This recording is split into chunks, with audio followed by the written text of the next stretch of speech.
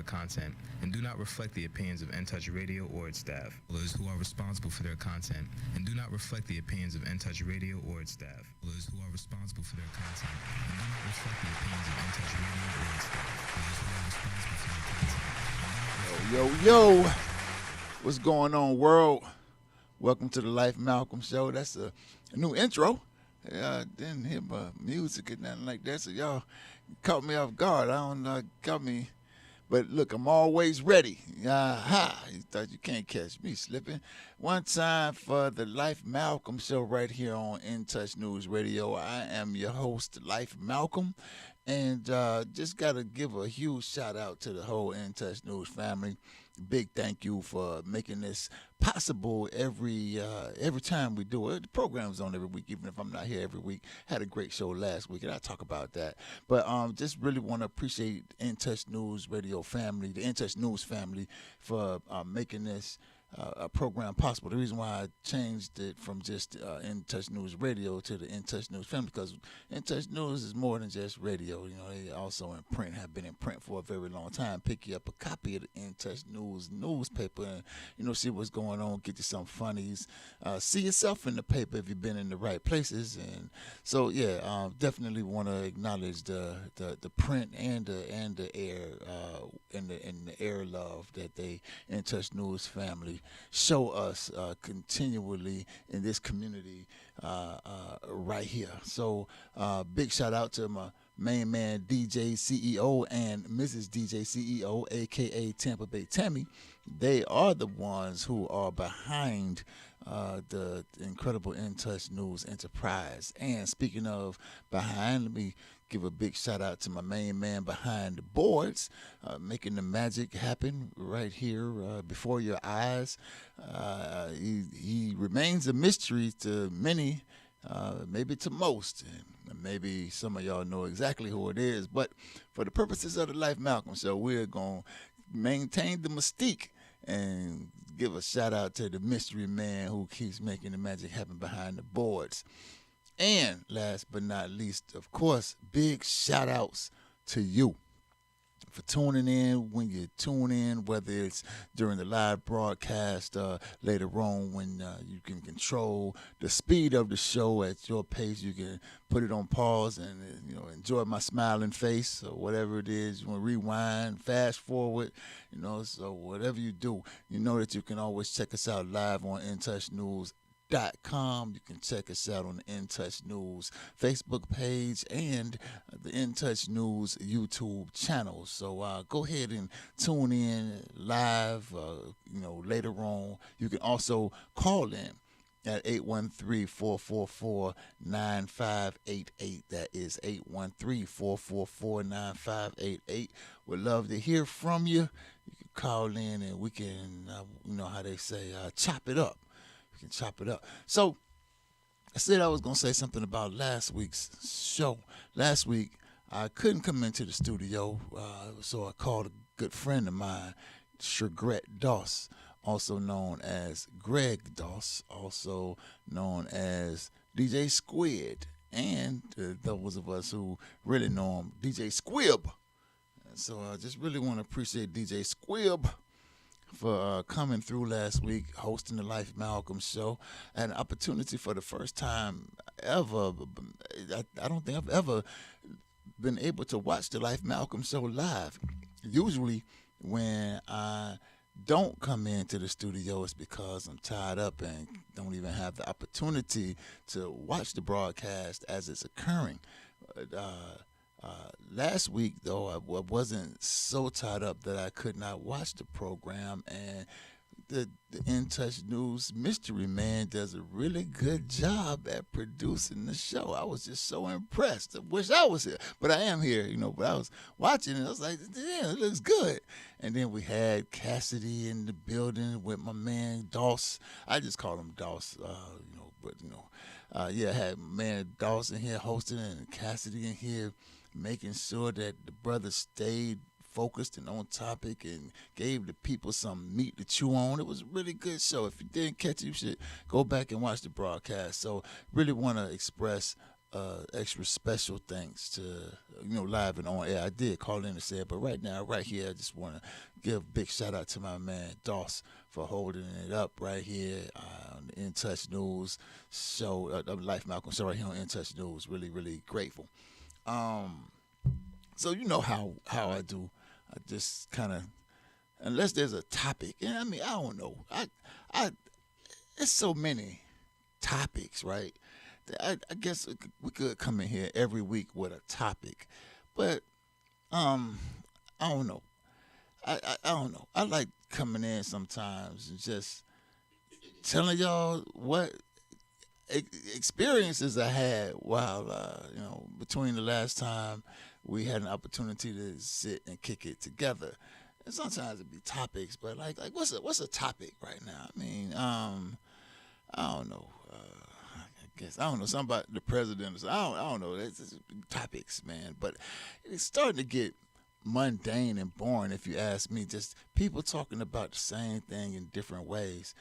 But I like talking about human experiences that I have because maybe you learn something from them. Maybe I learn something from just talking about them as I recount them and share them with you.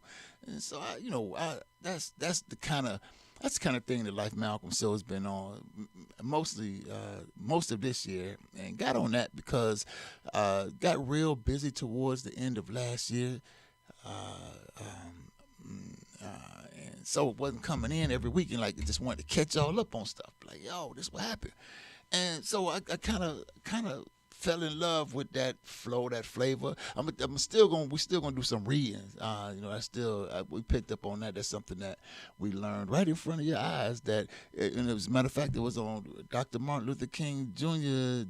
It was the day of his murder, assassination. I think we had a show on April 4th, and we came in and did the show on April 4th, and I just brought books in, and just Dr. King books of his own words, and shared with the audience things about Dr. King that many people told me they did not know. And so I discovered on that day that reading is, some say reading is fundamental, and I say reading is for the mental.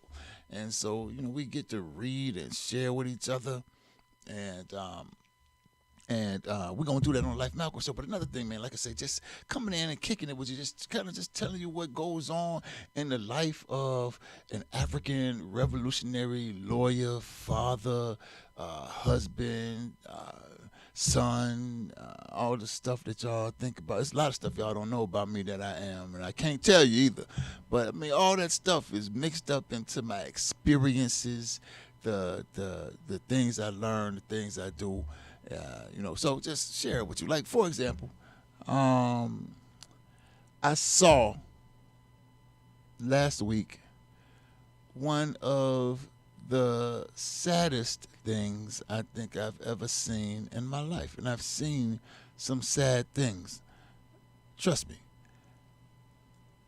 But last week, I think it was Thursday, while picking up one of my children from school and going to pick up another one who wasn't ready, so I had to leave that school and, kind of changed my route. And then changing the route, I saw from across the street, so I'm at the corner at the stop sign, looking at traffic pass, waiting for an opportunity to make my move. And across the street, I observe an old man. I say old, I'm thinking, he must be 60s, 70s, standing at a water fountain, naked. With his pants down to his ankles, washing. Yeah. Brother, in broad daylight, standing on the corner, washing himself at the water fountain. And I thought to myself, there's no way that Tampa can be the next great city as long as the city allows its citizens to live in those kinds of conditions. And I know some of y'all say, well, that's everybody has a choice and this and that and the third. And I agree. Be the first one to say that everybody has a choice. As a matter of fact, I shared what I had observed with each of my children and told them that what they witness every time they see people in certain circumstances is not just the circumstance itself, but also a sum total of a set of decisions.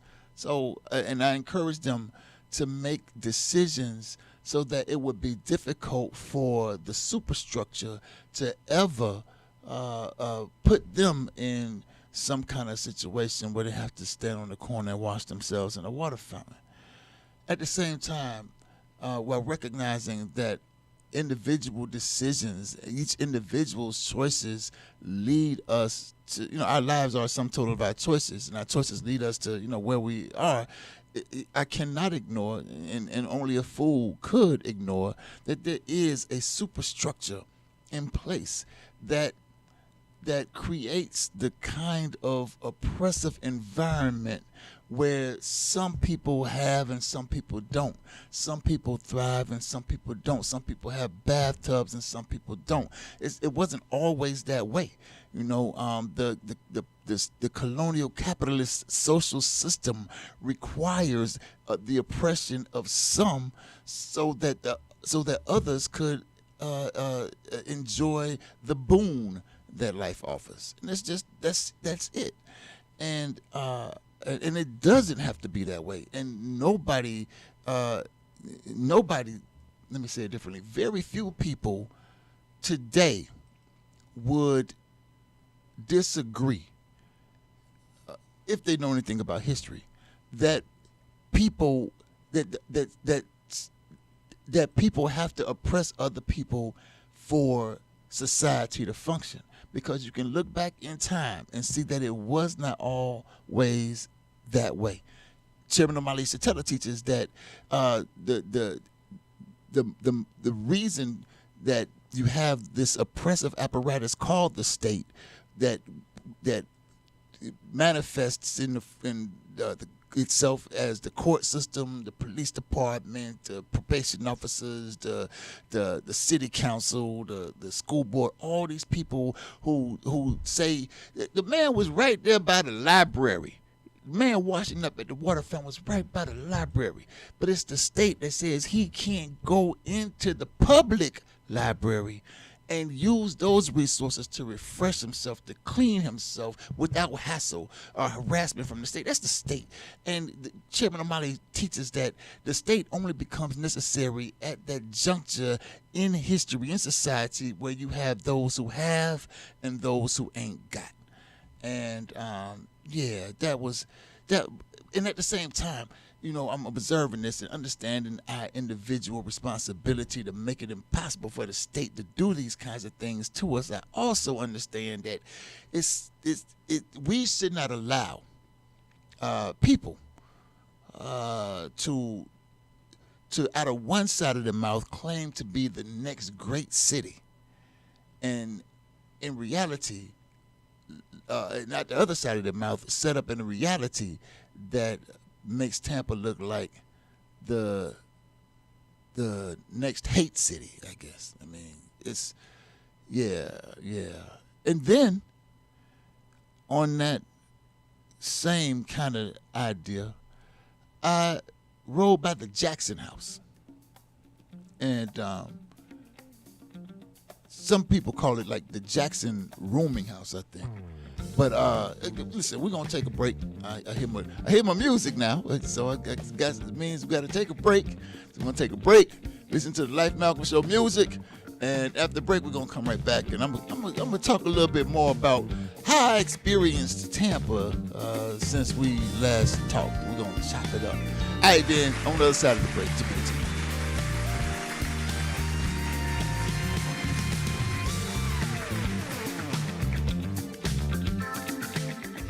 Love being number one.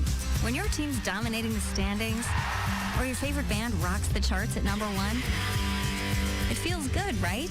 Kind of like how it feels when you have auto insurance with State Farm. Because making you feel like number one is an honor your local State Farm agent takes seriously.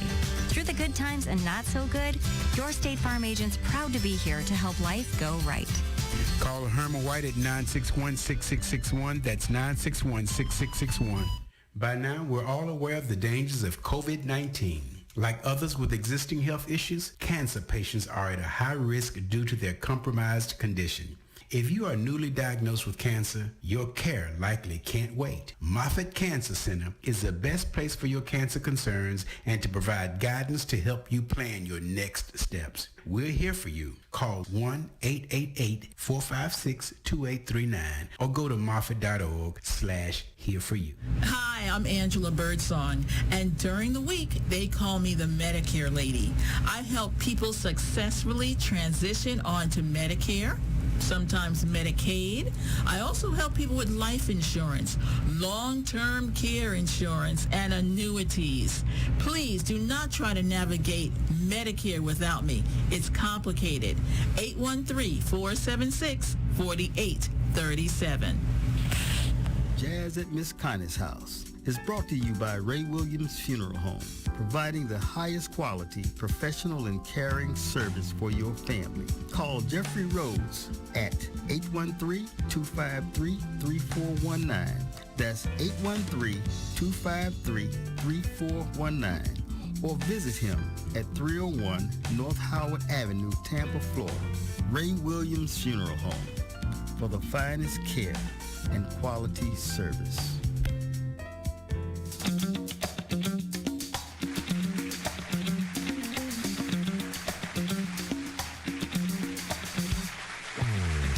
Yo, what's up, world?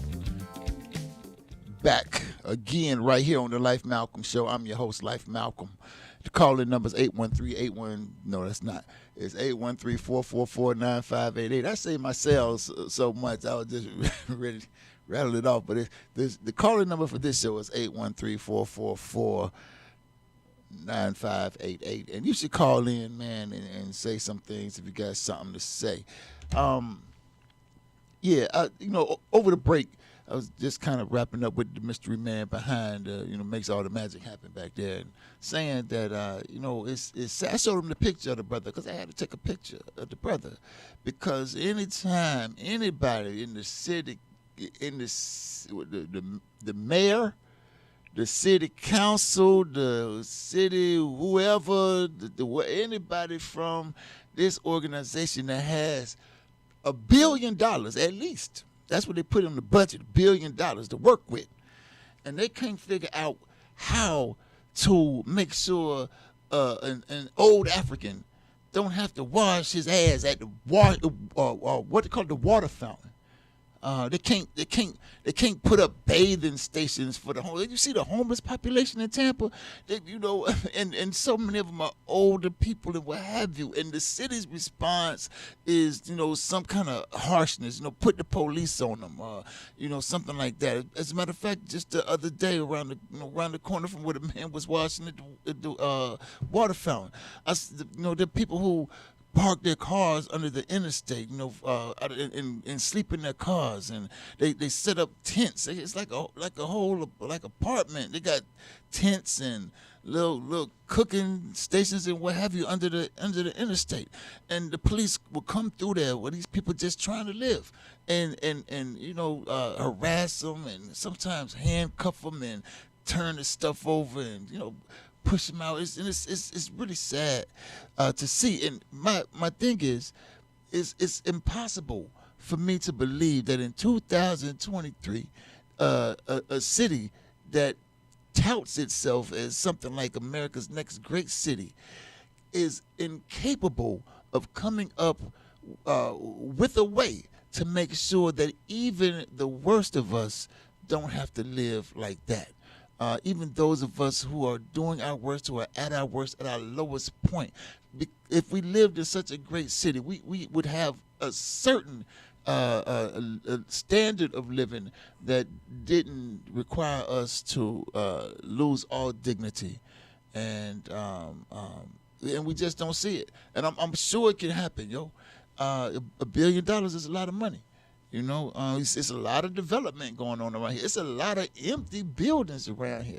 Speaking of empty buildings, man, let me get back. You know, I'll tell you, one of the empty buildings like that, I think they used to call it the Armory, right there. What's that, on Tampa Street? You know, they used to sell like some like Army, military type gear and stuff like that. You know, pretty cool little gadgets and what have you. Building sitting there empty, right on the same, right there. Like, is it Tampa? I think it's Tampa Street. And you know, so it's just a few blocks over from Nebraska, where you could just see, just a flock of homeless people and people in need of food, shelter, and what have you. And I mean, just all these buildings locked up. That's the state. That's the state that says that these people can't go in and out of the building for shelter as needed, use the bathroom as needed. They could turn that place, that empty place that's sitting there doing absolutely nothing, they could turn that place into something where the least of us can take advantage of the resources the city has at its disposal. Caller, come in. Welcome to the Life Malcolm Show. Caller, come in. Hey, I was listening to you talking about the man naked on the corner. I propose, my thing is, I always hear stories, but what do you propose should have been done or how it should have been done? Wait a minute, caller. First of all, what's your name, caller? I'm Tammy, Tampa Bay Tammy. Hey, Tampa Bay Tammy. Welcome to the Life Malcolm Show. So good to hear your voice. You sounded familiar, but, you know, never can tell. People be around here jacking your identity. You know, they might. But all right, glad to know it's you. It's me. What's up, though? So you said, now what's the question now? I was listening. Well, first of all, I was watching you on my phone, and then I decided I wanted to call, and I tried to call, and I couldn't get through because I couldn't listen and call at the same time. Okay. So I had to watch you on my TV. So Okay. I put you on TV show. All right. Then I tried to catch up. Then I got lost. So I hope I'm not too far off, but I'm still tripping off the naked man Yeah. outside, and you said he was on the corner. So with his pants down. So that meant everybody driving down the street could see it, or you were one of the few? No, everybody. I wanted to know, what do you propose? How you propose things should have been done? Should someone have approached them? Or was that his right to wash himself? Or did you think that maybe he's crazy, and if anybody approached him, it's a problem? Should he have been arrested for indecent exposure? Should he have had a right to come in if he was and wash himself? If everybody came into the library and washed themselves, wouldn't it become disruptive? You know, because the library is supposed to be a quiet place for study and all that good stuff. So what do you propose? Because I hear you. You asked me like 17 questions. I'm going to have to answer one of them before I lose track. Okay, I'm sorry. Okay. All right. Should he have been arrested? So I'm gonna say no. I'm not with that arresting people. At least not by the state. You know, I'm a firm believer. I am a firm believer that we have to control our own communities, police our own communities, and that don't necessarily mean arresting people. That arresting is brutal. So let me go ahead and answer some of those things that you asked in turn, or at least address them. As far as the library, it's unlikely that everybody's gonna have to wash themselves at the library. However, if it becomes if the next great city is so bad that the only place because from what I'm hearing, housing is becoming a problem. Affordable, you know, people can't afford to live where they live right now, and finding somewhere to live is even worse if you don't already have a place. So if the next great city is too uncreative to make sure that the least of us have a place to stay and have the basic to wash ourselves, and the public library is available, then yeah, I mean we ought to.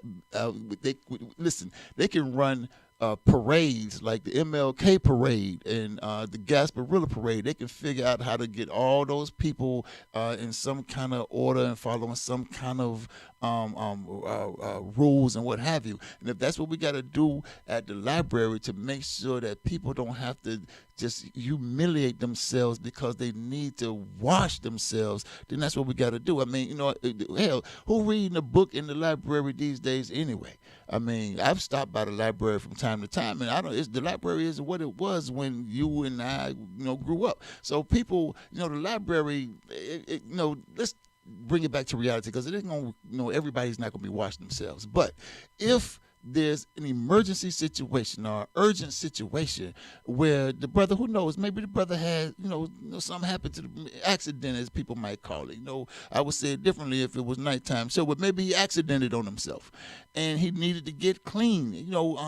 My point is, whether it's the library or not, it should be somewhere the brother can go other than on the corner at the water fountain. But that's the kind of city we live in that hates our poor. I remember when the city council came up with this panhandling law. People on the corner panhandling, embarrassed enough, debased enough, demoralized enough to have to beg for $1 for whatever reason, beg for anything for whatever reason. And instead of coming up with a way to make sure that these people don't have to beg in this next great city, the answer that the city had was lock them up. And my point is that is not a sign or a showing of a next great city. It is a showing of the best hate city. Is my point. So. Well. What are we going to and do? also, I was not the only one who could see him. Everybody could see him. What should have happened to the man on the corner? Because we can all look at this case, but what should happen, and what can we do to deter that kind of behavior? Well, or do you think he was just crazy? And I don't think he was crazy at all. As a matter of fact, I'm sure he wasn't crazy.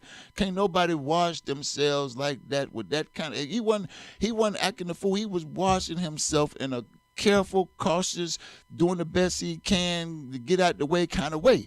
But he had a need and met that need the best way he could, as immediately as he could. What should happen to the man, I don't know, but I know that we should tell that man's story. And that's why I am so forever grateful that we have the In Touch News family and the Life Malcolm show, because I don't know where else you would hear this story. I don't know how else where else we could bring this up and come up with a what if, and even criticize the city and say shame on you, city, for having such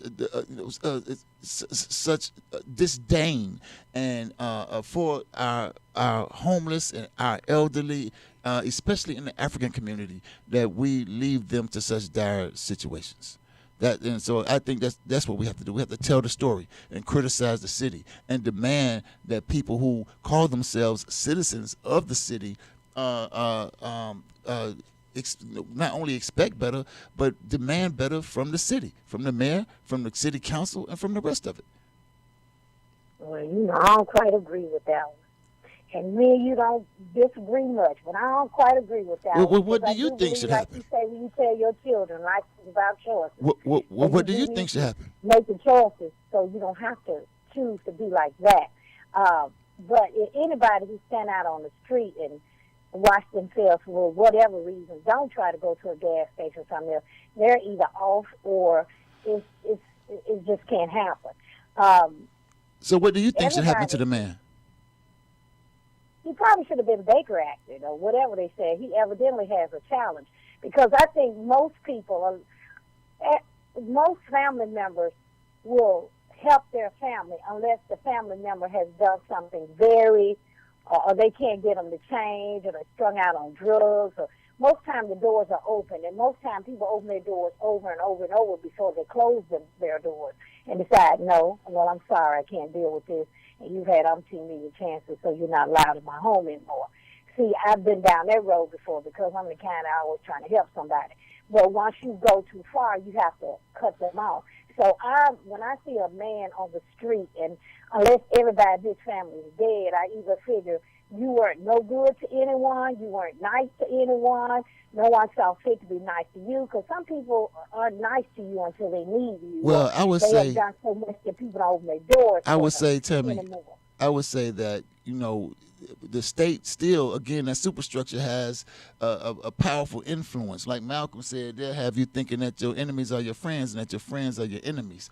And so all it takes, I know some parents, my mother told me, and I'm glad that she changed her mind, but she told me if I ever went to jail, she was done with me or whatever. That's, when I was a little child or something.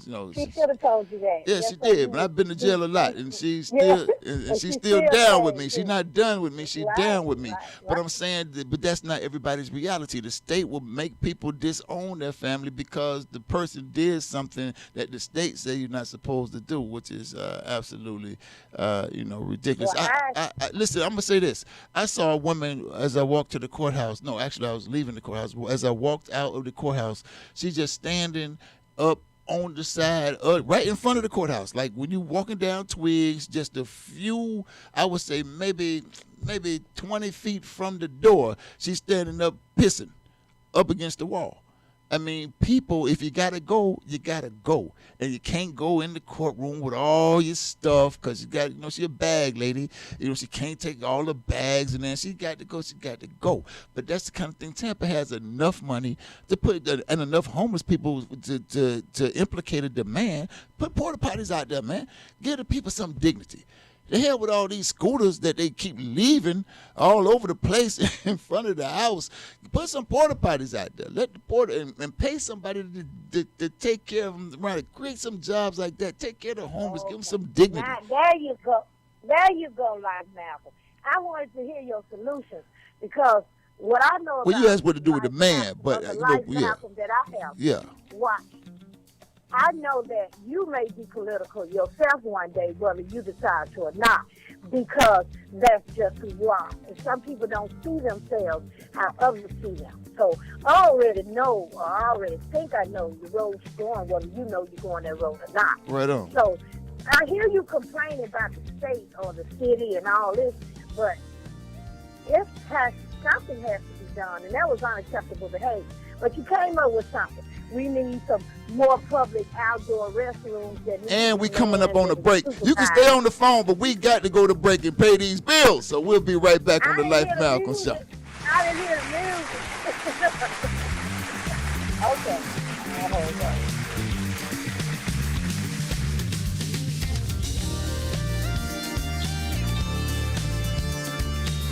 Hey, this is Agent Wright, better known as Mr. Clean. You looking for some great barbecues? Come see them two brothers in the grill, located at 423 Virginia Street, Charleston, West Virginia. We got ribs, chicken, pulled pork, brisket, collard greens, mac and cheese, baby. Come get some and get you a nice, smooth cigar. 304-550-4431. That is 304-550-4431. Come get some, baby. The Rib Man, mama, the Rib Man. You've been injured. You deserve help from an attorney that knows how to handle your injury claim. This is Attorney Clinton Paris from the Law Office of Clinton Paris. For over a decade, I worked for insurance companies, and now I use that knowledge and experience to help people that have been injured. For a free consultation, call me, Attorney Clinton Paris, at 813-413-7924. That's 813-413-7924, or at parislawoffice.com. At the Law Office of Clinton Paris, we take the pain out of being hurt. Offices, Riverview. Call Ricky. Ask Ricky. You need medical or a lawyer? I got the man to do the legwork for ya. We tried the other ones before, so believe we hunted down 813-248-6300. Everything gon' be okay. Call Ricky, he coming. He taking care of state of Florida. Grab a pen or sundown. 184-361-RICK. That's 184-361-425. Never word from the point forward, just recline. Just ask Ricky, push your boy statewide. Just in case you missed it, I'ma tell you one more time. 184-361-RICK. Call Ricky, ask Ricky. Is a legal medical referral service. The doctors and lawyers in our network are trained in handling auto injury claims and giving you the best medical treatment and recovery. Dial 1-844-361-RICK. That's 1-844-361-7425. Ricky. Ask Ricky.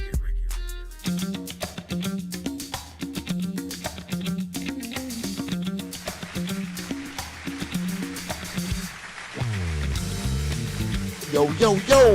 Welcome back to the Life Malcolm Show right here on In Touch News Radio. And I forgot to tell you that you are a star. everybody is a star, and the biggest star is you right here on In Touch News Radio. The call-in number is 813-444-9588, and I believe that our caller, Tammy, Tampa Bay Tammy, from the last break, from before the last break, is still on the line with us. You still there, Tammy? No? All right, well. I'm sure she'll call back in if she's so motivated. But there were some things that Tammy said that I think were important to touch on a little bit more. I would say this. I'm not complaining when I raise the question or raise the issue that is something hypocritical about putting on like you're the next great city when you function like the best hate city. And whether the man was right or whether the man was crazy, out of line, what have you, this, in my view, this superstructure could and should create a society where it would be impossible for even a crazy person, even a person who made poor choices would have to subject themselves to washing up at a water fountain on the corner in broad daylight. Should be impossible in a society like that purports to be the next great city. That's my, I stand on that 100%. You know, there was this philosopher, Dietrich Bonhoeffer, and he talked about how something to the effect that a society, the greatness, something like I'm gonna find a direct quote, but something like the greatness of a society, is you could tell the greatness of a society by the way it treats its children, or something like that. I'll find a direct quote, but the point is this. You can look at a society and tell what that society is, and if the government, the state's responsible for how the society rolls, and it is, because every law, every policy comes from the government, and so in reality, the government parents society. It determines who gets what allowance and how much and when. Who gets to play with the toys, like do development. Who gets to play the cop and walk around with the license to kill. They get to pick that. And that's why on the flip side we say that the citizenry, African people certainly say in our community, we want the police out and economic development in. And we don't say, just because we say we want the police out, that don't mean we don't want policing. Don't understand that in this society we need policing, but we say black community control of the police, that we ought to be able, that we, the people who live in the community, ought to be able to choose who gets to walk around in the community with a license to kill, with walking around with lethal weapons. Who should feel comfortable with some person who doesn't even live near you, don't know your name, lives nowhere near you, coming into your community, telling you where you can stand, where you can sit, what games you can play, how loud you can play your music, and if you don't do what they say do, they're gonna shoot you or take you to jail. Who wants to live under that kind of constant oppression? And so solutions, we always talking solutions. Black community control of the police will solve that. The man on the corner washing himself at the I keep wanting to say washing machine, washing himself at the water fountain. If we get the massive infusion of capital, and we're not talking about handouts, we're talking about reparations, money owed to the African community, a massive infusion of capital. African people will know what to do with that. And don't try to tell me some stuff like, well, every time black people get some money, they just blow it on cars and rims, and that's not a massive infusion of capital. That's somebody hit a lottery, and maybe got hit in the car, hit by a car, and now they got a little settlement check, so they get a little. That's not a massive infusion of capital. But I'm talking about a massive infusion of capital, something like the city budget. Give it to the people, give it to the African community, and watch what we do with a massive infusion of capital. Watch us change our community with a massive infusion of capital. St. Louis, the north side, right now, St. Louis, Missouri, the African People's Socialist Party and the Black Power blueprint is evidence of what African people can do when white people pay reparations to the African community and let the African community lead in our own community with that massive infusion of capital as a power base. So, yeah, we got solutions, but we got to get the power. Yeah. But I was before the caller, I was saying something about the Jackson House because it kind of goes along with the old man at the water fountain washing himself. You know the Jackson House. You know what I mean when I say the Jackson House, DJ CEO. So the Jackson House, if you Google it, you might find it characterized as the Jackson Rooming House. But it's a place right there on, what's that, Zach? I think it's like Zach in Nebraska. And it's a rooming house. It was that would house black African entertainers who came to Tampa. And I'm not talking about just run-of-the-mill entertainers. I'm talking about superstars stayed there. And so it's right across the street. The Jackson House is right across the street from the train station, right? The Amtrak train station, and just down the street from the Greyhound bus station. So, in Nebraska has always been a main drag, a main thoroughfare in the city of Tampa, even back when it was a dirt road. I mean, of course, you might know you can take Nebraska just about up to Georgia, I believe, unless they put some obstacles there. But yeah, it used to be the main drag before you had I-75. Yeah, Highway 41, Nebraska turns into 41 and takes you on up north, right? So, I mean, it was the main drag. And so you have these Africans coming. I'm talking like Lil Richard, James Brown, Muhammad Ali, and others who could not stay at the white people's hotels. And so because of segregation and that kind of thing. And so what they would stay right across the street from the train station, right down the street from the bus station at the Jackson House. And this place has obvious historical significance to the African community, to Black Tampa, if you will. But the city of Tampa, but if you look at the Jackson House right now today, no windows. I don't know if there is structurally sound beam in the building.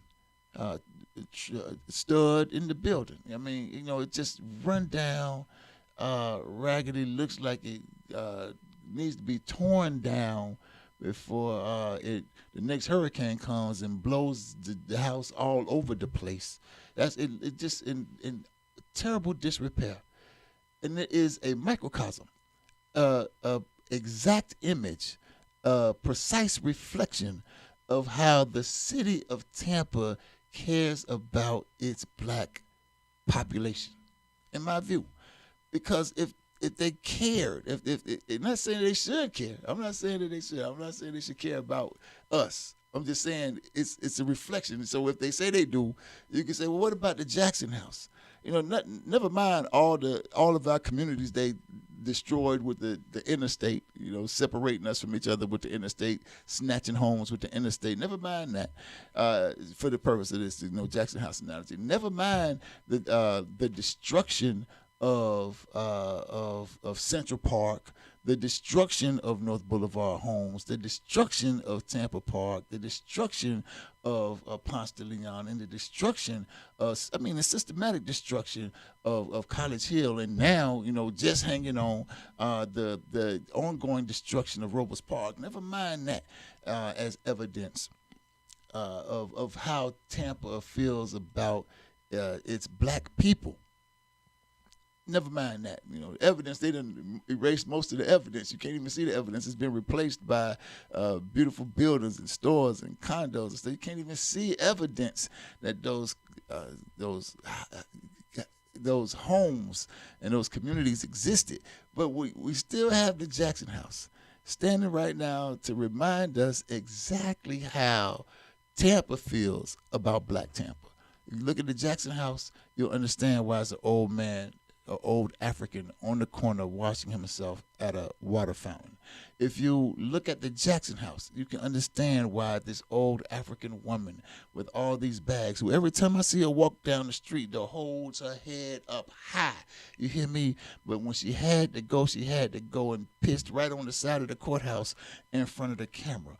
If you look at the Jackson House, you'll understand why East Tampa looks like East Tampa looks compared to South Tampa, New Tampa. And this other thing I never heard of before until last week. You know what SOG is? SOG. That's a part Never heard of it. Yeah, that's what they call South of Gandhi. Yeah. Yeah, SOG. Yeah, and so but if you want to look at the Jackson House, and you'll see why East Tampa and West Tampa looks different than SOG, and so isn't the owner of the Jackson House a 501c3? I don't know who the owner is. It just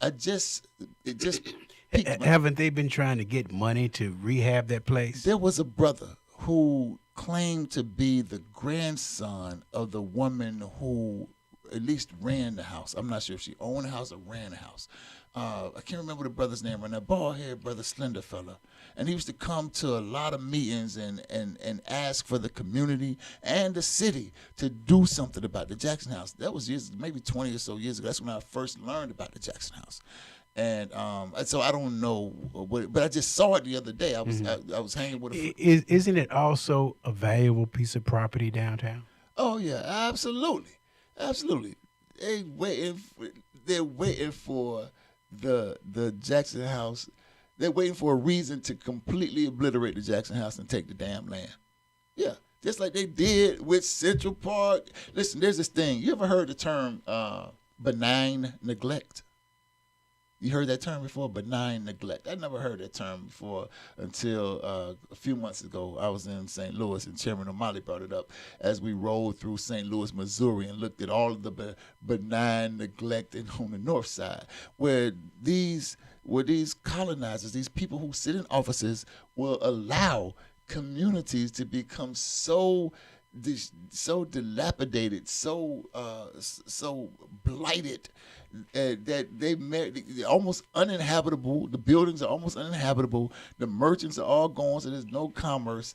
And the only next thing they can do, right? The next logical step is to just tear it down and then bring in developers, make deals with them, and so they systematically allow this neglect to occur, knowing that right around the corner, they're going to come up, they're going to use that benign neglect, that intentional but benign to them, harmful to us but benign to them, because it doesn't affect the morale of their community. There's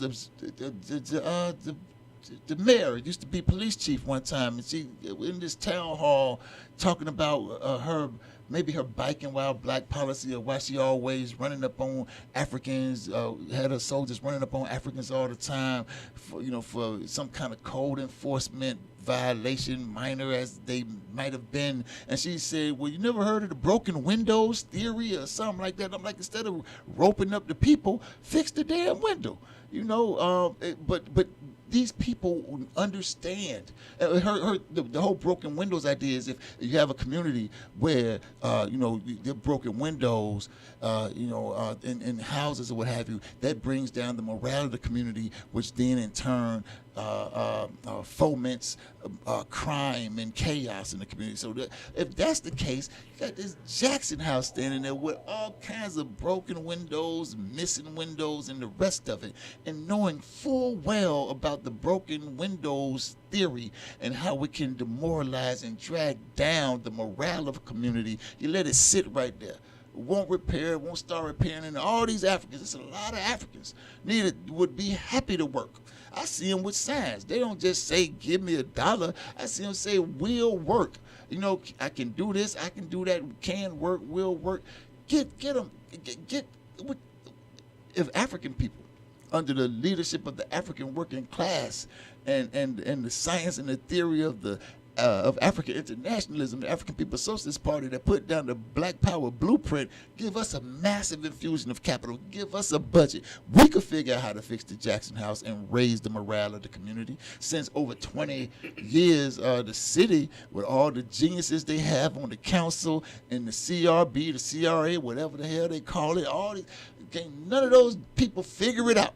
Right? Give the African working class a budget. Watch us figure it out. Watch us figure out a way to make sure that it won't be nobody on our corners washing themselves in a water fountain. And I mean, it's crazy. Like, listen, this man was systematic about it. He knew to wash his face first, and then he washed the rest and went on down and came on. I mean, this man knew what he was doing, but he knew he had to do it too. And in my view, with a massive infusion of capital under the leadership of the African working class, we could overturn that. And so I do want to take a break. We missed our break, but I want to take a break because I'm going to completely switch gears and jump into something else before we go. But yeah, man, so I guess the solution, the way we want to wrap this up is saying, don't let them say Tampa is the next great city as long as Tampa proves to be the best hate city. Make them change it, and we can do it. Yeah, that's it.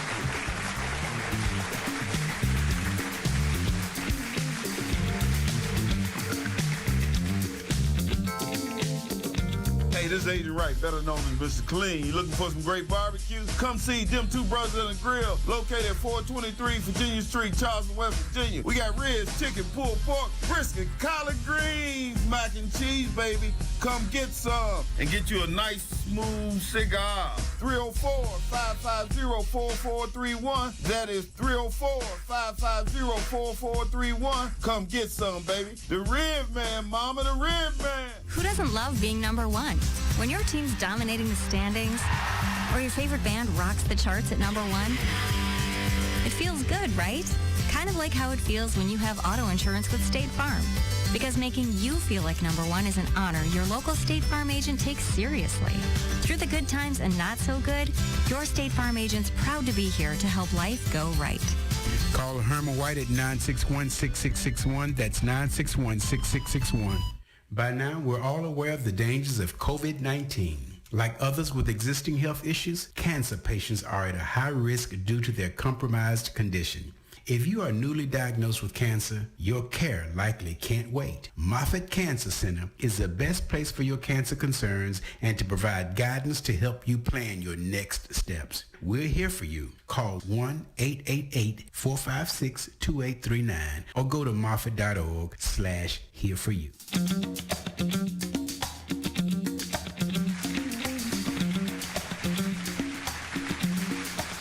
Yo. Welcome back to the Life Malcolm Show right here on In Touch News Radio. I'm your host, Life Malcolm. And so I found that Dietrich Bonhoeffer quote that I talked about earlier. That quote is, "The test of the morality of a society is what it does for its children." And, in my view, that goes for not just children, but the test of morality of a society is what it does for its poorest. The test of morality for society is what it does for its elders. And, we can, I think, plug in anything right there without disturbing the sentiment Dietrich Bonhoeffer intended to convey. So, in the show, I just want to say thank you so much for joining us here on the Life Malcolm Show. Is just listening to me talk about the things we discussed. But I want to tell y'all a story before we go. So in 1994, I went to Morehouse, January 4th, 1994. My mother and one of her friends took me to Morehouse campus, dropped me off at Morehouse campus, and moved into Thurman Hall. Had a roommate, and I knew his grandmother from church. I had seen him a couple of times, but he's from Tampa, so I thought it was cool. Got this roommate, and from Tampa, and it was gonna be hanging and whatnot, homeboys, because I'm a long way from home. At that time, Atlanta was like a long way from home for me, and never been. Just dropped off and they bounced, and so we. Because of his name, I had a little nickname for him. Called him Chucky Booty, a variation of his first and last name. And so this guy was just he wasn't the fun-loving cat I thought he was going to be. Every day I would come home to my dorm room, and he'd be sitting on the side of the bed, swinging his legs, just the gloomiest cat ever, man. Anyway, we hooked through my association with him. I met a Spelman girl, and at that time the thing was every Morehouse man have a Spelman girl, that kind of thing, And I got there in second semester, like I said, so I had to kind of take what was left, and not really. I'm just saying, a lot of people are already taken, and so, but he, was kind enough to introduce me to somebody who had not already hooked up, and so, dated and broke up, and dated again, broke up, and eventually, moved in together after I dropped out of college, moving too fast, and doing all kinds of stuff. I was one of them boys in the community distributing things that get you in trouble if you get caught, and found out the woman was pregnant. Stopped all that stuff. Sold everything I had. Stopped. Went and got a job at McDonald's, and worked at McDonald's, and till this little boy was born. And funny thing about the birth, man. So his mother and I would get in conflict all the time, and I was immature, 20, 21. I didn't realize you didn't have to fuss with somebody to get a resolution. And anyway, so we always at odds, and I'm impatient, especially at this time. So she's pregnant, and she one day tells me that she's sick. She come home from work and got a headache and this and that and the third. And when I get home from work, she's still complaining of these ailments. So I said, come on in, just get in the car. We're going to go to the hospital. And we get to the hospital. She's only like 7 months pregnant at the time. And we get to the hospital, and at that time, I remember she had to use her Social Security number to clock in. So as I'm helping the admin, the nurse, the registration person get it all done, I'm like, yo, what's your Social Security number? She like, I can't remember. I'm like, what you mean? You use it every day. What's your Social Security number? She's like, I can't remember. And so they rushed me out the room. And but in between that time, like right when I got to the hospital, I called my mother. This back when they had payphones and quarters. So I'm sitting under the payphone on the floor talking to my mom. I was like, yeah, I'm in here. I got my Chinese food. I had to bring her out here to this hospital. She told me she got a headache and all this and stuff. And so she's like, my mama like, you got to be strong. And I'm like, oh, man, strong. I'm chilling. I'm eating the Chinese, everything good. And so so I go back there, and like I said, she's talking about she can't remember the Social Security number. And I'm like, what's? And so they rushed me out the room because she started having seizures, a bunch of seizures and stuff. And so I went back in the waiting room, eat my Chinese, and the doctor said, come on out here. And it's like 2 doctors. And they say, well, we just want to tell you she had like 7 seizures, and so we're going to have to take the baby. Now, that means either she can die, the baby can die, or they both can die. The next thing you know, I'm on the phone. I'm on the same payphone again, sitting under the payphone, talking about, Mama, they see the baby right there. I mean, I'm talking about I'm in the middle of the hospital bawling. I think it was Crawford Long Hospital. I'm talking about I'm in bad shape. And back then, I had certain beliefs, so I prayed, straightened myself up, and said, whatever it is, just let it be. I just tightened up, and then people started coming through, and it's a show of support. And I don't know, man, about an hour later, the same doctor came out, looked at me and said, you have a baby boy. He was 3 pounds, 12 ounces. And we had to get him up to 4 pounds before we could take him home. And so every day I would go there and feed him at this little itty bitty tube, and until he got up to 4 pounds, and took him home. And I would walk around with him in my arm like a little football under a little blanket. Everybody wondered what I had in my arms.